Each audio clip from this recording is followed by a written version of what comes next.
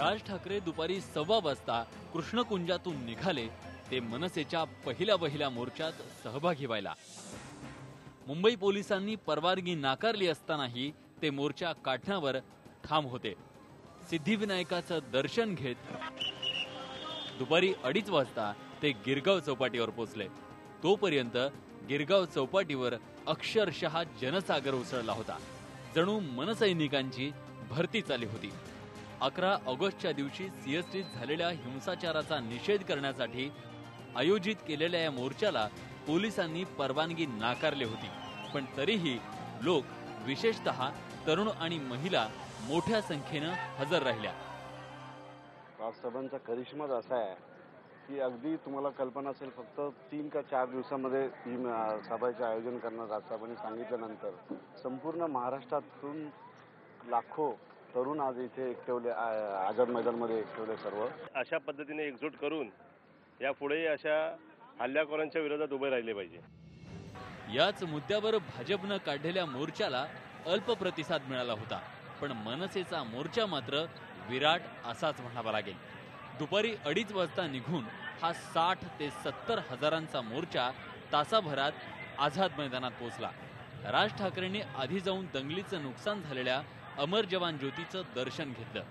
आझाद मैदानातही पोलिसांचा कडक बंदोबस्त लावण्यात आला होता, पण यातले अनेक पोलीस हे राज ठाकरेंच्याच बाजूने होते।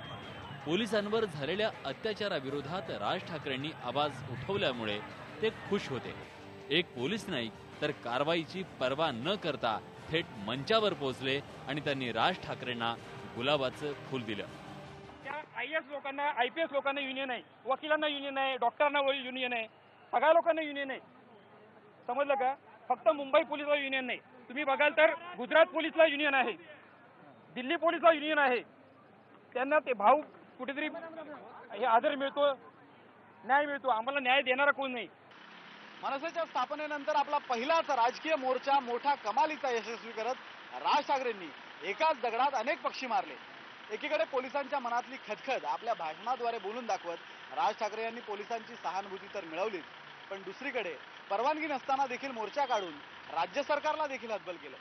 आर पाटील यांचा राजीनामा मागून राष्ट्रवादीची अडचण केली, तर तिसरीकडे हिंदुत्व हा आपला राजकारणाचा भाग नाही असं सांगत शिवसेनेवर सुद्धा सरशी साधली। कायद्याला आव्हान देत राज ठाकरेंनी मोर्चा काढल्यामुळे पोलीस त्यांच्यावर कारवाई करण्याची शक्यता असली तरी मोर्चा शांततेत काढून आम्ही कायद्याचं पालनच केलंय असं मनसे नेत्यांचं म्हणणं आहे।